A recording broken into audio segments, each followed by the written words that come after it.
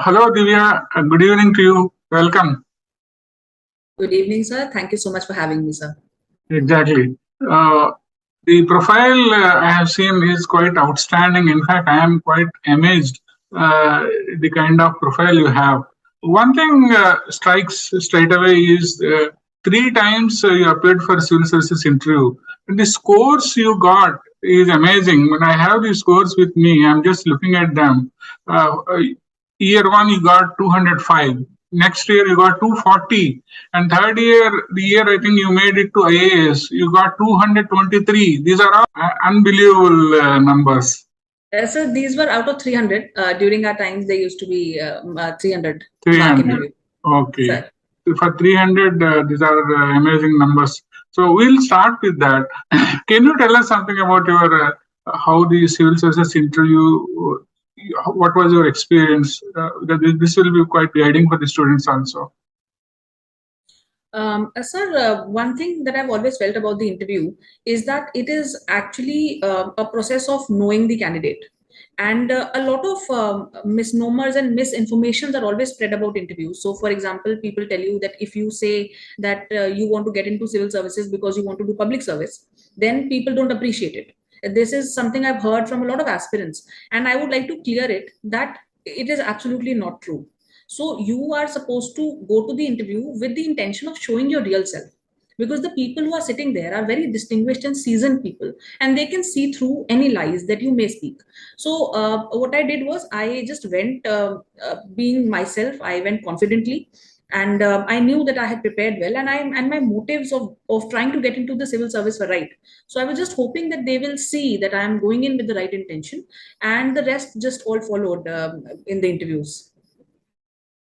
Three times it was a quite experience. Like, how was it? Like, generally, you are very confident, the kind of officer you are. So you are very confident the way you will face the interview. So can you tell something about the range of questions actually generally which come? It may vary, of course. Sir, all three times I had a very different kind of interview. So the first interview was very conversational. So I had come back from London. So it centered around why I came from London and my motivations of getting into the civil services, and some questions about my interests. So it was a very easy interview in the sense there was no stress. It was I would recommend to all the candidates to read up about their resume. So whatever they've done in life, they should go around questions which are close to those. So if you've lived in a particular place, you should know something about that place. If you've studied something, they will not ask you particular questions on the subjects, but they will ask you if let's say, for example, you like I am from IT Delhi. So they may ask, okay, so nowadays we are converting a lot of institutes into IITs, or many new IITs are opening. So what are your views on that? So the first interview was like that. I'll just go over what happened in each of my interviews, and then I'll maybe share some more things. The second interview was sort of a stress interview, in which I was grilled about my opinions about so if India is voting in a particular direction in UNSC, then what is my view on that? And then there would be counter questions on that. How was the budget, and what was good about it, bad about it, and for every question there were lots of counter questions. So I think it was sort of a stress interview, but again centered around current affairs, about the whatever is happening in the country. It is more about your opinions on those issues, because everyone knows the facts. That's why you've cleared all the exams and you've reached the interview stage. But as a civil servant, we need to have an opinion about things, because eventually we are going to be the decision makers of the country. So that is what they were trying to check. The third again was a very it had questions like, why is India a superstitious country, or should we have military training compulsory for everyone? So again, kind of opinions. So about the interview, I think there is no magic. And in fact, there are people who get very good marks in one interview and they get not so good marks in the next. But you should, I think, be very clear about your opinions. You should read up well. And also a question that comes, which came in my interview also, is that if they question your opinions, what do you do? I think the interview in which I got the maximum number of marks, 240, and I gave an opinion and I stuck to it. So he was trying to question me, and they were very good questions. So he said, okay, if you vote in favor of against Sri Lanka at the time the Sri Lankan Tamil issue was going on, then people will vote against you in Kashmir issue. So they were difficult questions, but I stuck to my opinion because I was beforehand very clear that that is the right thing to do. So you should, I feel, if you have an opinion, you should stick to it and try to explain your point of view, which is what I think in all three of my interviews, which is I think what stood out for me. Exactly. Very well said. And again, from the academic profile, I saw that you have done from IIT Delhi, Yes. and also IIM Bangalore. So Sir. again, it's very great combination of two excellent courses. And after that, you prefer to join civil services. These are all standard questions we keep asking. So, but you are doing very well after your management course. Sir, I did. So basically, when I was in school, I absolutely had no much idea about the civil services. I did not know what an IS officer did because I am from Delhi, and IS officers are not very visible in anyone from a district in the rural countryside would know about the district magistrate. Now, I had no idea that there is a person like this, there is a post like this. So I was good at studies. I was had the standard dreams. I wanted to make a life for myself. So I thought I'll do engineering and then MBA. But in during my MBA, so whenever there was someone who came for recruitment for something which made an impact in society, there was always this tiny voice in my head which said, you are going out there to earn a lot of money, but don't you want to make an impact in the society? But I kind of muffled that voice and I went to London for my job. And in London, I was earning a lot of money. But then that tiny voice kind of became very loud. And I started feeling that with all the money and the success, I'm not getting that satisfaction, which I thought I could get if I contribute to the society, if I make an impact. So that is when I decided to come back from London and I prepared for the civil services. And then eventually I got into the administrative service. Excellent. Very straightforward answer. And also, I'll just mention about your mentoring you are doing through social media, particularly Twitter.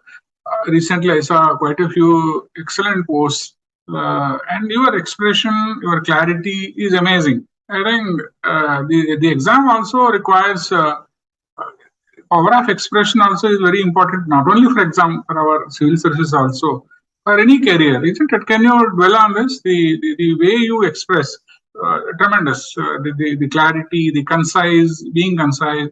Can you tell something about this?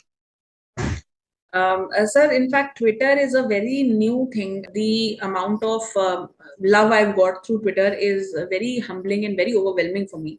People have liked what I have been writing, even though there is no specific theme. I'm not writing about the civil services as such. I'm just writing about life.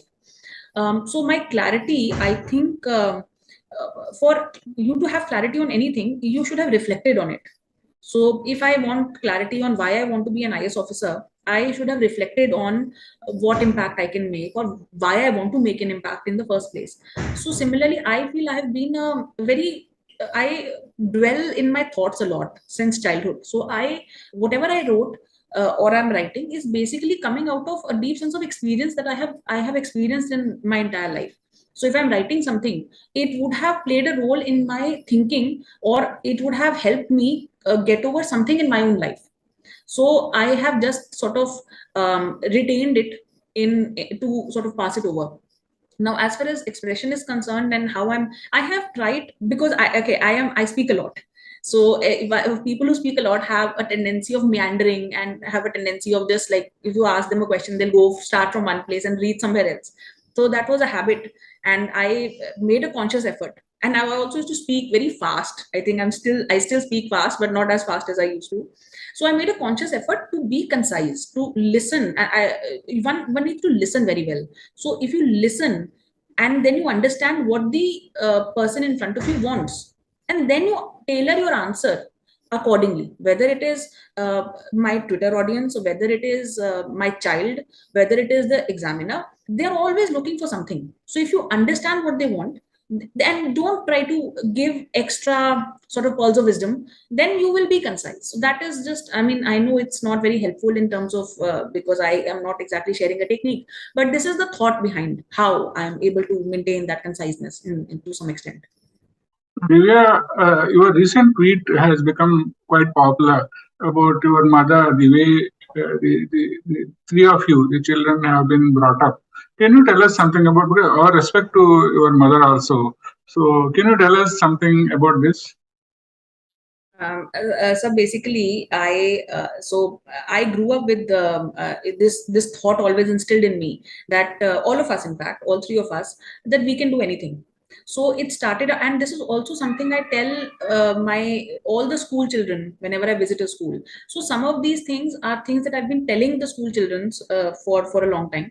Some of these things I've seen working in my own life, and some of these are things that I want to do for my own children.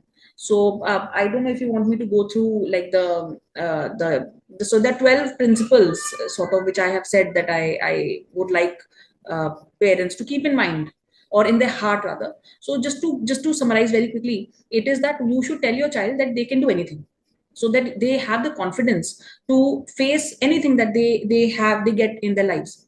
The second was that if the child falls or gets hurt, the parent should not jump in to actually just pick them up. They should allow them to stand up on themselves, because they are going to fall in their lives. The third was that we should always allow our children to participate in various competitions, because I always feel that the bigger hindrance to success is not failure, but it is the fear of failure. So once you get that out of your mind, you can actually achieve a lot more. Then I said that one should allow them to take risks. So earlier, I think in your generation also, you used to like climb on trees and play in the mud. And these days, we just want everything very sanitized for our children, which decreases the risk taking capability. So one should allow them to take risks. So there are various things like that. Similarly, I talked about having a lot of faith and trust in them, because if we don't trust them, they will not be able to trust themselves. That they will make a good name for themselves or whatever they want to do. Another thing I talked about was to, again, that I mentioned, that one should listen to the children, and which goes for your life partner, which goes for your boss or your subordinates or your colleagues. One should always listen very well, which will take you very far. So there are like various things like this. These are more like life principles. I have tailored them for parenting, but they are equally valid for any aspect of life, actually.